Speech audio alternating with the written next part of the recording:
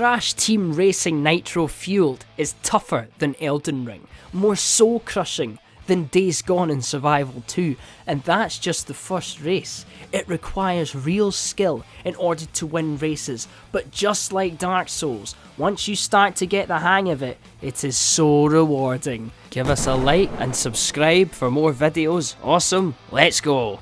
Now, I'm a few weeks into this game, and so far I have won a grand total of 3 races. Yes, I put it on the hardest difficulty like resistance training. I want to go faster, so to do that, my opponents must go faster, you see? The character you pick impacts how fast you go, how good at turning you are. But once you're in that race, there are loads of different racetracks. Some have hidden shortcuts that can help you win, but it all comes down to your drift game. If you slide side to side, if you time it right, you unlock a little turbo boost if you hit it at the right moment. By getting a big jump on a ramp and landing at the right time, you get a speed boost. You have little boxes like Mario Kart that give you a speed boost or a bomb or countless different weapons to help you succeed in Crash Team Racing. But that works both ways. You might be comfortably in 3rd place for the majority of the race, then bam, you get hit by a missile and you're last again, 8th, just like that. This game is awesome, but it is pure evil, right? Your ego will get shattered into a million pieces, but it's pretty fun, right? Like, Nathan Drake couldn't complete Crash Bandicoot. It's over. It's a Crash Bandicoot game. When you see that little Bandicoot on the cover, that's a warning from the developers. Our game will mess you up until you get the hang of it, right? It's the dweebs that go right in front of you and drop a bomb or a green potion thing to sabotage you. You have no chance to react. I hate them, and that's not online, by the way. That's just the AI on single player. You get battered in this game, right? You also must collect the Wumpa fruits around the map, as they give you a little speed boost. But they also make your abilities more powerful if you have the maximum of 10 Wumpa fruits. This is a remake of the original PS1 classic, by the way. I decided to pick this game up because I want to get better at racing games to defeat my nemesis, you know who you are, on Mario Kart. And according to the Reddits, Crash Team Racing is the game that makes Mario Kart look easy. So my mindset was to get the hang of a game that makes Mario Kart look like a gentle stroll in a park in order to come back to Mario Kart and then obliterate that pal of mine in spectacular fashion all over the Rainbow Road. Reddit, you were right. It is tougher than Mario Kart. It's faster as well. The karts themselves go faster. So yeah, if you want to become a god tier kart racer, get good at Crash Team Racing and you will be the Elden Lord of racing games, right? The arcade story mode is great, but I am obsessed with just picking a cup or a single race and trying to get my better times. The cup races are tough, by the way. You get 3 laps around 4 different tracks, and you have to come at least 4th in the race in order to win a point in the league table. If you win a race, you get 9 points, and it is beautiful. I've done it 3 times.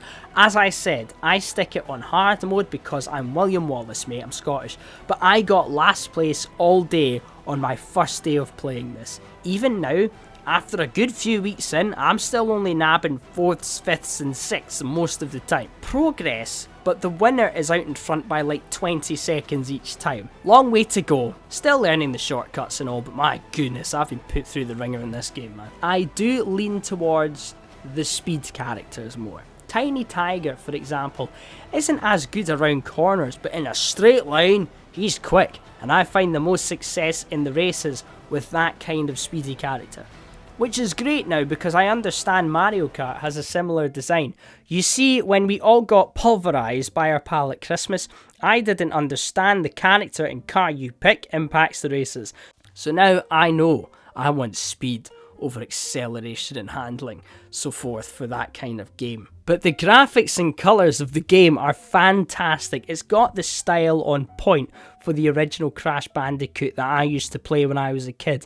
And even with the current PS5 startup screen being the original PS1 startup, maybe that impacted me getting a Crash Bandicoot game again, who knows. The racing, despite taking a moment to get used to, is super fun and satisfying. It's feeding my competitive edge and it's making me fall in love with racing games again. Most of what I review on this channel is RPGs and story-driven games. Over the past few years, those are the games that I find myself playing now. But I grew up with the racing games as a youngster, and after getting whooped on Mario Kart, I decided to get a bunch of them. Crash Team Racing is my favourite out of the ones I've got, but depending on how this video does, I have a few more racing games I am slowly making my way through and having a blast with them, so we'll see. Now, I write some of these reviews weeks in advance, so most of this video I wrote like 3 weeks ago. In those 3 weeks, I have got much better at this game, at drifting, yes. On the simpler tracks, I'm starting to get firsts and seconds quite regularly, but there are so many racetracks and I haven't quite mastered all of them yet. So still ways to improve, but wanted to let you know I'm not quite as tragic as you think I am in this, right? Stick with this game. Once you get the hang of it, you'll just go crazy for Crash Team Racing Nitro Fueled. I'd recommend this game to anyone who loves Mario Kart but doesn't have a Switch or wants something a bit more challenging. Like Team Sonic Racing is a kart racer type thing that is inspired by Mario Kart as well. It is night and day, the difficulty level with that and Crash Team Racing. Nitro Fueled is not trying to be Mario Kart. Inspiration from it, of course, but it is a different beast. I highly recommend it. I actually prefer it to Mario Kart and Sonic from a gameplay point of view, but I grew up with Crash Bandicoot and Spyro the Dragon. I never had a Nintendo as a kid. I had a PS1, so it was those characters, the early PlayStation ones, that got me into gaming. So I recommend getting Crash Team Racing Nitro Fueled in 2025. It is a really fun game with 56 playable characters in it. Even Spyro is in there. There's actually a Spyro racetrack in it where the mask icon that makes you invincible is just Sparks the dragonfly that circles around you instead. And all the Wumpa fruits are turned into gems for that one racetrack. I absolutely love that they changed everything to Spyro themed stuff. They could have just made the track in the Spyro world, but no, they changed the Wumpa fruits and some of the power-ups as well. There was a lot of effort put into Crash Team Racing Nitro Fueled. There are loads of different modes. There's the story mode, a battle mode, which is crazy fun, time trials, ring races, loads of mini games, and they are awesome. The time trials and the ring races are great for learning where the shortcuts are on the racetracks. Like and subscribe for more videos from me in the future from this random Scottish guy you found on the internet, and I'll see yous next time. Bye bye. I'm not Irish, I promise I'm Scottish.